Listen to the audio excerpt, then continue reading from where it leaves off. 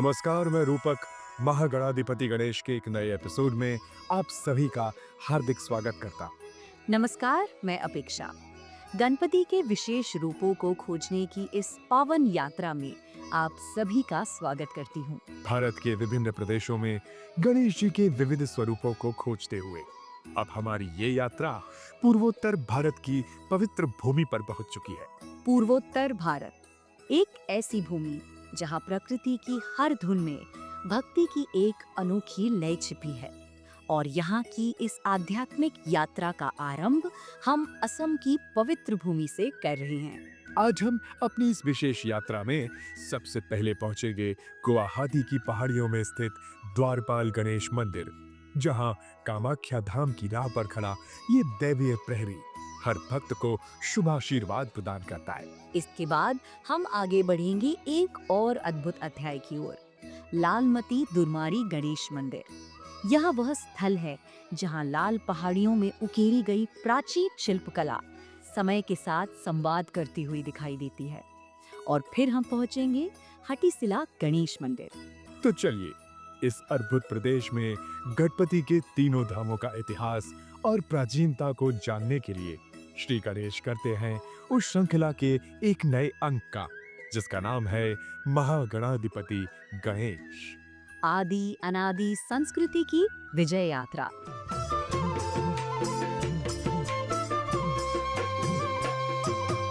पूर्वोत्तर भारत की इस आध्यात्मिक यात्रा का पहला अध्याय हम आरंभ करते हैं असम से, जहां शक्ति की उपासना का सबसे बड़ा केंद्र कामाख्या में स्थित है। और कामाख्या के इसी मार्ग पर यात्रियों का सबसे पहला स्वागत करते हैं द्वारपाल गणेश, वह विनायक जो इस पवित्र पर्वत की देहरी पर सदियों से प्रहरी बनकर खड़ी है। कहते हैं कामाख्या की ओर जाने वाला हर भक्त सबसे पहले इन्हीं गणपति के चरणों में प्रणाम करता है, तब जाकर आगे की यात्रा मंगलमय होती है। तो आइए सबसे पहले बात करते हैं कामाख्या के इन दिव्य द्वारपाल गणेश की, जो न केवल भक्तों के रक्षक है बल्कि इस शक्तिपीठ की ऊर्जाओं के प्रथम साक्षात रूप भी माने जाते हैं। असम रहस्यों की भूमि, शक्ति पीठों की भूमि और आध्यात्म की जीवंत धड़कन। नीलाचल पहाड़ियों की तलहटी में कामाख्या यात्रा की इस आस्था यात्रा का प्रथम चरण है द्वारपाल गणेश मंदिर, कामाख्या धाम का स्वागत द्वार और आशीर्वाद का पहला पड़ाव। ये वही मार्ग है जो सीधे कामाख्या देवी मंदिर की चढ़ाई की ओर जाता है। प्रत्येक वर्ष लाखों तीर्थयात्री यहाँ से होकर जाते हैं और अपनी पवित्र यात्रा का शुभारंभ इसी मंदिर के दर्शन से करते हैं। यही कारण है कि ये मंदिर केवल एक रुकने का स्थान नहीं, बल्कि मां कामाख्या यात्रा की आत्मा है। हिंदू दर्शन में किसी भी पूजन, यज्ञ या यात्रा का आरंभ गणेश जी की वंदना से होता है। कामाख्या देवी की यात्रा अत्यंत आध्यात्मिक और पवित्र मानी जाती है। इसीलिए नीलाचल पहाड़ियों के आधार पर गणेश जी को द्वारपाल स्वरूप में स्थापित किया गया, ताकि वे हर भक्त की यात्रा के द्वार की रक्षा करें। यह मंदिर कामाख्या धाम का प्रतीकात्मक द्वार माना जाता है। गणेश जी यहाँ यात्रा के विघ्नों के रक्षक हैं। भक्त मानते हैं कि पहले यहाँ दर्शन करने से यात्रा सफल होती है और गणेश जी का आशीर्वाद हर बाधा दूर करता है। भक्त कहते हैं कि कामाख्या जाने का मार्ग हल्का हो जाता है जब द्वारपाल गणेश अनुमति देते हैं, और यही यहाँ की सबसे बड़ी आध्यात्मिक पहचान है। द्वारपाल गणेश मंदिर का इतिहास सदियों पुराना माना जाता है। कामरूप क्षेत्र प्राचीन तांत्रिक साधनाओं और शक्ति पूजा का केंद्र रहा है। ऐसा माना जाता है कि तंत्र साधकों ने कामाख्या की साधना से पहले यहाँ गणेश की स्तुति की, जिससे मार्ग की सारी बाधाएं दूर हो जाएं। कुछ स्थानीय किंवदंतियों में इसका उल्लेख कामाख्या का प्रथम प्रहरी के रूप में मिलता है। कई पुरानी पांडुलिपियाँ यहाँ गणेश को कामरूप प्रवेश द्वार के अधिष्ठाता कहती हैं। कई वर्षों तक यह क्षेत्र साधकों का तप क्षेत्र रहा है। माना जाता है यहाँ स्थापित प्रतिमा स्वयंभू स्वरूप है, यानी प्रकृति द्वारा स्वयं निर्मित, मानो कामाख्या देवी के निकट आने का मार्ग दिखाने के लिए अवतरित हुई हो। द्वारपाल गणेश जी की मूर्ति अपनी शैली में अत्यंत अनोखी है।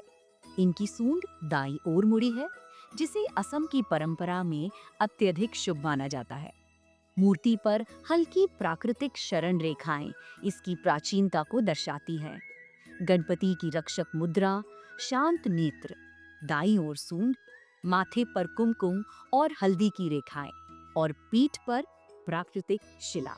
गणेश जी का ये रूप किसी राजा की तरह नहीं, बल्कि एक रक्षक की तरह दिखाई पड़ता है, जो हर आने जाने वाले को देखते हैं, आशीर्वाद देते हैं और मार्ग सुरक्षित करते हैं। द्वारपाल गणेश की इस अद्भुत यात्रा में हमने अनुभव किया कि कैसे कामाख्या धाम के यह प्रहरी हर भक्त की राह को शुभ बनाते हैं। उनकी इस पावन पूजा के साथ अब हमारी यात्रा एक नए अध्याय की ओर बढ़ रही है। और इस यात्रा के अगले पड़ाव पर हम पहुंचेंगे लालमती दुर्मारी गणेश मंदिर, जहां पहाड़ियों की लाल मिट्टी, चट्टानों में उकेरी प्राचीन कला और समय से संवाद करती एक अनोखी गणेश आकृति। तो आइए द्वारपाल गणेश के आशीर्वाद के साथ अब बढ़ते हैं उस स्थान की ओर, जहां लाल मिट्टी और चट्टानों के बीच छिपी है एक ऐसी गाथा जो हजारों वर्षों से मौन खड़ी है। लालमती दुर्मारी गणेश मंदिर असम के बोईगांव जिले में अभयपुरी के पास खगरा पार पहाड़ियों पर स्थित है। ये असम के सबसे प्राचीन स्मारकों में से एक माना जाता है। असम के इतिहास में ये स्थान सिर्फ एक मंदिर नहीं, बल्कि शैल कला का जीवित संग्रहालय है और प्राचीन सभ्यता की वो झलक है जो राज्य के सबसे प्राचीन स्मारकों में से एक माना जाता है।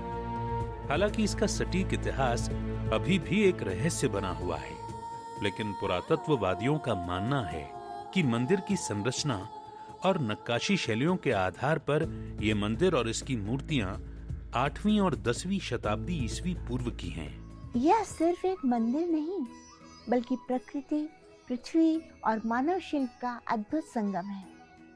परंतु यह मंदिर आज खंडहर अवस्था में है और पुरातत्वविदों के लंबे अध्ययन के बाद भी कि इसका पूर्ण निर्माण क्यों नहीं हुआ या कैसे यह स्थल नष्ट हुआ, इसके स्पष्ट प्रमाण नहीं मिल सके। लालमती नाम यहाँ के लाल पत्थरों और मिट्टी से आया और दुर्मारी शब्द स्थानीय बोली में उन चट्टानों को कहते हैं जो प्राकृतिक क्षरण से अपने मूल रूप को खो दे बैठी है। इस मंदिर के विनाश के बारे में कई सिद्धांत हैं, जिसमें भूकंप इसका सबसे बड़ा संभावित कारण माना जाता है। 8वीं और 10वीं शताब्दी के समय पूर्वोत्तर क्षेत्र में बड़े भूकंप आए, जिससे संभावित रूप से भूकंपों ने मंदिर को गिरा दिया होगा। उस समय असम में विभिन्न राजवंशों का उदय पतन चल रहा था। हो सकता है मंदिर निर्माण इसी अस्थिरता में रुक गया हो। लालमाटी दुर्मारी क्षेत्र की सबसे विशिष्ट विशेषता यह है कि यहाँ पाई गई मूर्तियाँ और शिल्प नक्काशीदार रॉक कट संरचनाएं हैं।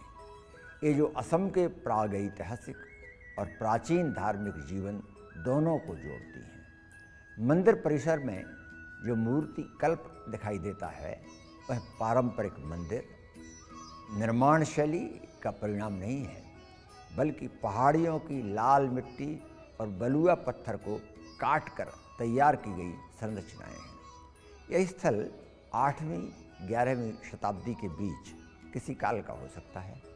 इसमें शैव और गाणपत्य दोनों प्रतीकों का मिश्रण मिलता है। शैली से स्पष्ट है कि कुछ आकृतियाँ अप्रकाशित, अधूरी या प्रोटोटाइपिक मूर्तियाँ हैं, अर्थात यह संभवतः किसी बड़े मंदिर समूह या मूर्ति निर्माण केंद्र का प्रारंभिक चरण था। यदि भूवैज्ञानिक और स्थल विशेषताओं पर विश्लेषण किया जाए तो भूस्खलन या भूमि खिसकने के प्रमाण इस क्षेत्र में मिलते हैं। संभवतः इस कारण निर्माण बाधित हुआ हो। कई शिवकार स्थलों में देखा गया है कि यदि प्रारंभिक पत्थर संरचना उम्मीद के अनुसार मजबूत ना हो तो निर्माण बीच में रोक दिया जाता था। एक अन्य सिद्धांत के अनुसार ये विनाश बर्मी आक्रमणकारियों द्वारा किया गया था, जिन्होंने पास के मालेगढ़ पहाड़ियों में डेरा डाला था। किंवदंती के अनुसार उन्होंने क्षेत्र छोड़ने से पहले मंदिर और मूर्तियों को नष्ट कर दिया होगा। एक और किंवदंती इससे भी ज्यादा नाटकीय विनाश की ओर संकेत करती है। काला पहाड़ एक ऐतिहासिक व्यक्ति है जिसने मूर्ति पूजा और धार्मिक सत्ता के खिलाफ विद्रोह किया था। काला पहाड़ का इतिहास काफी जटिल और विवादित है। इसे राजनीति, धर्मांतरण, युद्ध और प्रतीकात्मक प्रतीक्षा के रूप में देखा जाता है। संभवतः उसने ही एक व्यापक अभियान के अंतर्गत मंदिर और उसकी मूर्तियों को निशाना बनाया होगा। अपेक्षा सच कहूं तो लालमती दुर्मारी की लाल चट्टानों में छिपा इतिहास हर पल हमें चकित कर रहा है। ऐसा लगता है जैसे चट्टानें खुद बोल रही हो। यहाँ की प्रत्येक नक्काशी, हर घिसी हुई रेखा मानो हजारों वर्ष पुरानी किसी कथा को धीरे से हमारे कानों में सुना रही। बिल्कुल सच। और सबसे अद्भुत बात यह है रूपक कि इन पहाड़ियों ने समय के साथ भगवान गणेश का स्वरूप इस तरह संजोया है जैसे प्रकृति स्वयं कलाकार बन गई हो। और जब प्रकृति स्वयं किसी रूप की रचना करती है तो वह अपने आप में अद्भुत और अनोखी होती है। बिल्कुल। और इसी प्राकृतिक कौशल का एक और अद्भुत स्वरूप आगे अपने अगले गणेश स्थल हटिसिला में देखने वाले हैं। अपेक्षा, तुम्हें याद है वो चट्टान जो हाथी की आकृति जैसी दिखाई देती है और जिसकी प्राकृतिक बनावट में गणेश जी का स्वरूप उभर आता है? कैसे भूल सकती हूँ रूपक।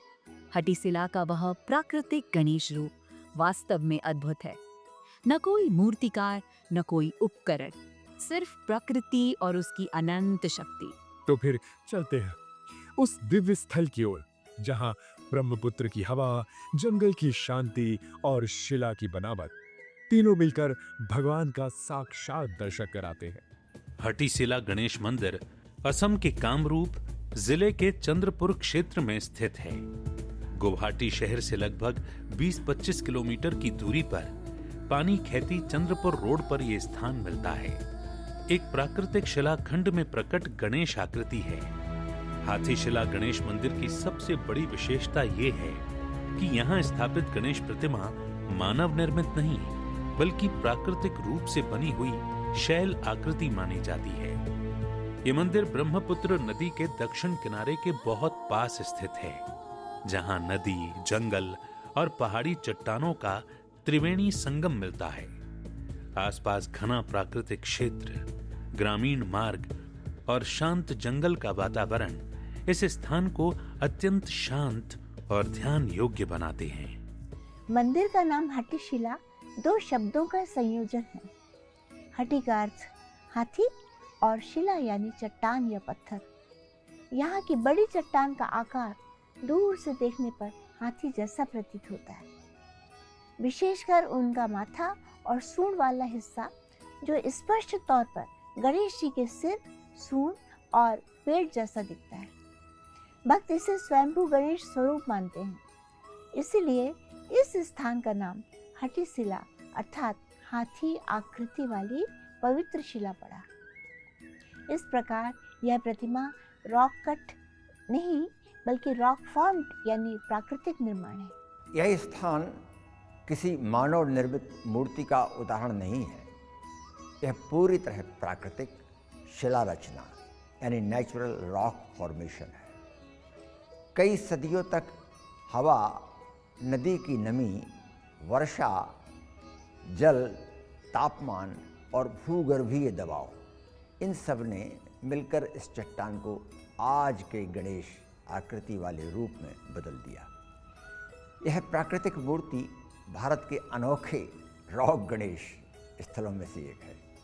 यह पूरी आकृति 5 से 7 फीट ऊंची मानी जाती है। चौड़ाई 8 से 10 फीट है। पूरा शिलाखंड एक ही पत्थर से बना है। इसमें किसी भी जोड़, कटाई या मानव निर्मित निशान के प्रमाण नहीं मिलते। मंदिर से संबंधित कोई शिलालेख भी उपलब्ध नहीं है और मंदिर या चट्टान की आयु के बारे में कोई आधिकारिक शिलालेख या राजवंशीय प्रमाण उपलब्ध नहीं है। स्थानीय इतिहासकारों के अनुसार यह चट्टान सैकड़ों वर्ष पुरानी है। इस स्थल का उल्लेख पुराने काछारी और कामरूप क्षेत्र के लोक आख्यानों में मिलता है और पुरातत्वविद इसे प्राकृतिक प्रावैतिहासिक शैल आकृति यानी नेचुरल प्रीहिस्टोरिक रॉक एम्बलम मानते हैं। बहुत से स्थानीय लोग बताते हैं कि यहाँ आकर उन्हें मानसिक शांति, निर्णय लेने की शक्ति और बाधाओं से मुक्ति का अनुभव होता है। इसलिए इसे विघ्नहर्ता का जीवंत स्थल भी कहा जाता है। कामाख्या से लेकर लालमती और हतिसिला तक हर जगह विघ्नहर्ता की एक अलग झलक है। कहीं पहाड़ों में, कहीं चट्टानों में, कहीं हवा में उनकी उपस्थिति विभिन्न रूपों में अनुभूत होती है। कामाख्या यात्रा में द्वारपाल गणेश मंदिर को यदि सांस्कृतिक परिप्रेक्ष्य में देखा जाए तो कामाख्या की ऊर्जा अत्यंत प्रबल है और वहां प्रवेश से पहले गणेश जी का दर्शन एक सुरक्षा चक्र का निर्माण भी करता है। कठिन चढ़ाई में द्वारपाल गणेश मंदिर श्रद्धालुओं को यात्रा के समय मानसिक और आध्यात्मिक शक्ति प्रदान करता है। अंबुबाची बेले के अवसर पर यह स्थान केवल मंदिर नहीं बल्कि संस्कृतियों का संगम बन जाता है, जहां देश और विदेश से आए हुए लोग एक ही भावना में बंध जाते हैं।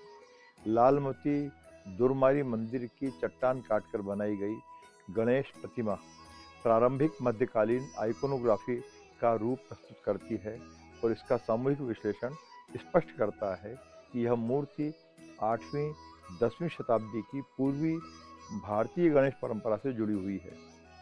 यहाँ कभी एक पूर्ण मंदिर समूह रहा होगा। चारों ओर बिखरे पत्थर के ब्लॉक, स्तंभों के अवशेष और नक्काशीदार सतहें इसी ओर संकेत करते भी हैं। यह स्थल अन्य असमिया रॉक कट स्थलों जैसे जोगी घोपा गुफाओं से शैलीगत समानता रखता है। यहाँ की मूर्ति कला में हिंदू शैव गणेश परंपरा का प्रभाव स्पष्ट है। यह स्थल इस बात का प्रमाण है कि असम में मध्यकालीन रॉक कट तकनीक कितनी अधिक विकसित थी। कामाख्या की यात्रा हो या जीवन की यात्रा, द्वारपाल गणेश हमें यही सिखाते हैं कि हर कदम श्रद्धा से भरा हो, हर चुनौती पर विश्वास से विजय हो और हर मार्ग भगवान के आशीर्वाद से रोशन हो। और लालमती दुर्मारी हमें यह बताता है कि इतिहास, शिल्प और आस्था ये तीनों केवल ग्रंथों में नहीं बल्कि धरती और पत्थरों में भी अंकित होते हैं। और अंत में हमारी यात्रा का तीसरा पड़ाव था हटिसिला का प्राकृतिक गणेश रूप। ये वो स्थान है जहाँ प्रकृति स्वयं कलाकार बन जाती है, जहाँ बिना किसी उपकरण, बिना किसी मूर्तिकार के चट्टानें प्राकृतिक रूप से भगवान का सलून ले लेती है। यह पूरी यात्रा हमें यही बताती है कि आस्था कई रूपों में प्रकट होती है, लेकिन उसका केंद्र एक ही है, विघ्नहर्ता गणेश। इसी संदेश के साथ हम अगली यात्रा में पूर्वोत्तर भारत की यात्रा जारी रखेंगे और गणपति स्वरूपों की खोज के साथ उनसे जुड़ी अद्भुत कथाओं और छिपे रहस्यों के साथ पुनः फिर मिलेंगे। तब तक जुड़े रहिए केवल वीर भारतवर, क्योंकि असम की पहाड़ियों में, नदियों के किनारों पर और चट्टानों की खामोशी में उनके और भी अनगिनत स्वरूप छिपे हैं। इन दिव्य स्वरूपों को जानने, समझने और अनुभव करने के लिए बने रहिए हमारे साथ और देखते रहिए महागणाधिपति गणेश, आदि अनादि संस्कृति की विजय यात्रा। अभी के लिए नमस्कार।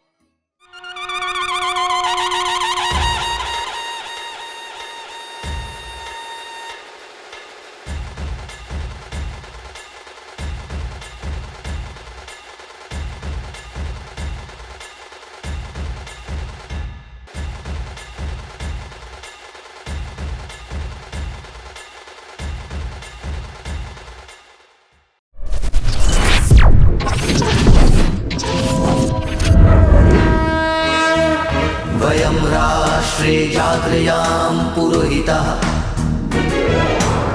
हम राष्ट्र आराधक भारतवर्ष को जागृत और जीवंत बनाएं। युग युगीन भारत के कालजयी महानायकों की तेजस्विता की गौरव गाथा